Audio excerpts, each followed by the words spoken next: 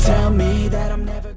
Halo semua, salam sejahtera Malaysia, tuan-tuan dan puan-puan yang amat dihormati. Saudara-saudara, ini satu keputusan mahkamah yang pasti mengejutkan Muhyiddin Yassin sebagai seorang ahli politik yang pernah menjadi Perdana Menteri.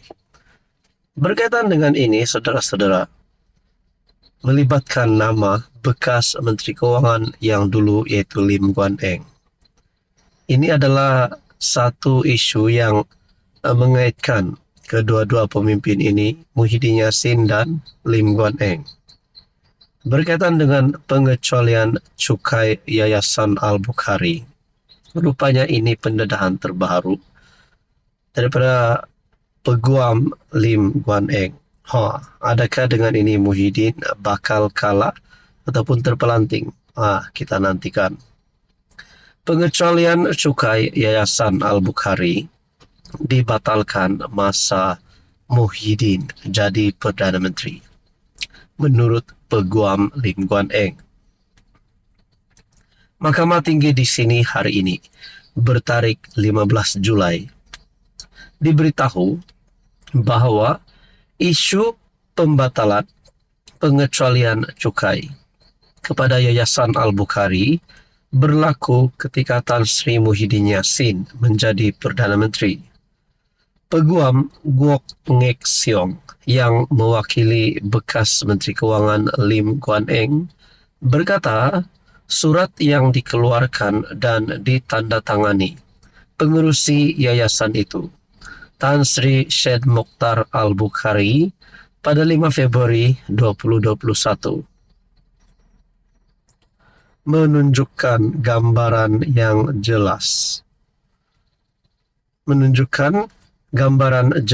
Berhubung perkara berkenaan.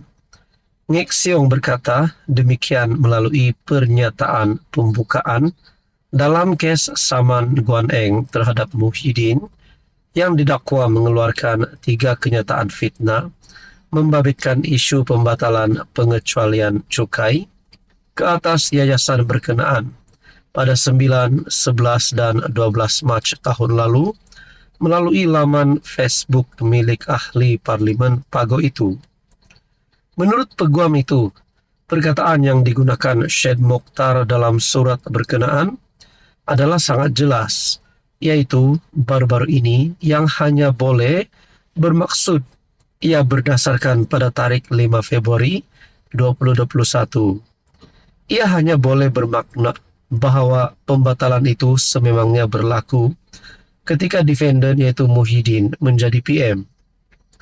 Surat daripada Tan Sri Syed Mokhtar itu tidak menyatakan plaintiff Guan Eng atau kerajaan PH yang jatuh pada akhir Februari 2020 disebabkan langkah Sheraton, yang mana defendant memainkan peranan penting bersama beberapa MP lain meliputi Datuk Seri Muhammad Azmin dan Datuk Zuraida Kamarudin sebagai orang yang bertanggungjawab dengan pembatalan terbabit. Walau apapun dokumen akan dikemukakan di mahkamah, juga akan menunjukkan tidak ada satu pun bukti atau dokumen boleh membuktikan bahawa plaintiff yang menyebabkan pengecualian cukai yang diberikan kepada Yayasan Al-Bukhari dibatalkan, katanya. Malah Ngek Siong berkata PM Datuk Seri Anwar Ibrahim telah membuat kenyataan pada sidang Parlimen 21 Mac 2023 yang didakwa membongkar dan mendedahkan kenyataan fitnah defendant. Beliau berkata Anwar memaklumkan bahawa anak guamnya tidak pernah membatalkan status pengecualian cukai yang diberikan Yayasan Al-Bukhari. Saudara-saudara, Guan Eng mendakwa kenyataan fitnah itu juga bermaksud beliau menyalahgunakan kedudukan dan kuasanya dengan memberi kuasa atau mengarahkan LHDN untuk mengenakan cukai dan penalti ke atas yayasan kebajikan berkenaan apabila ia tidak patut dikenakan cukai. Tuan-tuan dan puan, ini persoalannya adalah adakah ini satu kekalahan kepada Muhyiddin Yassin di mahkamah ataupun mungkin ini akan menyebabkan Muhyiddin Yassin berisiko untuk dikenakan tindakan undang-undang. Jadi saudara-saudara, apa komen Anda berkaitan dengan ini? Sekian saja. Sudah pasti banyak persoalan yang boleh dilakukan di sini. Halo semua, salam sejahtera Malaysia. Selamat datang ke channel Phelps Lifestyle. Tuan-tuan dan puan yang amat dihormati. Baru-baru ini kita dikejutkan di mana salah satu aktivis bersatu ataupun pemimpin bersatu, saya boleh katakan sebagai bos bersatu, kerana pengaruh Che Gubat sangat kuat di Bersatu, di Parti Bersatu. Akhirnya beliau direman kerana mendakwa rasuah yang melibatkan pegawai TLDM.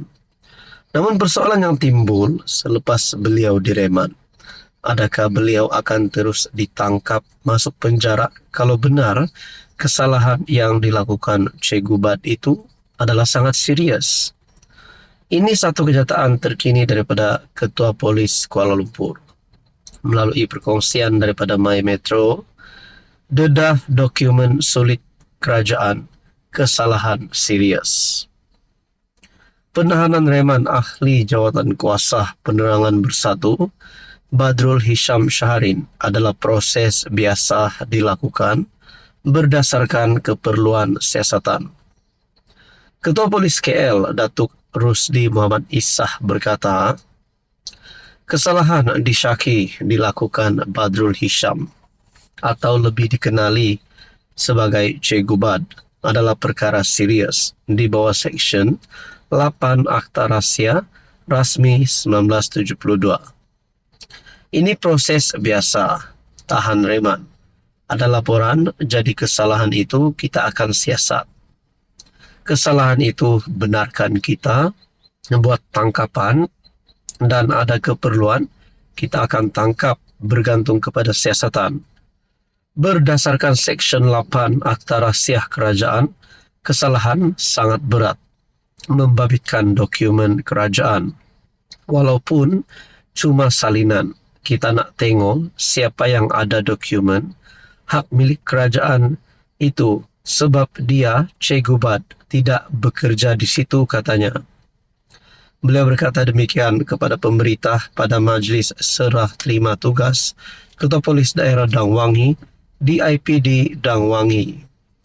Media melaporkan Che Gubat ditahan di Ibu Pejabat Polis Daerah IPD Putrajaya, dipercayai berhubung pendedahannya mengenai isu rasuah membabitkan pegawai tertinggi TLDM.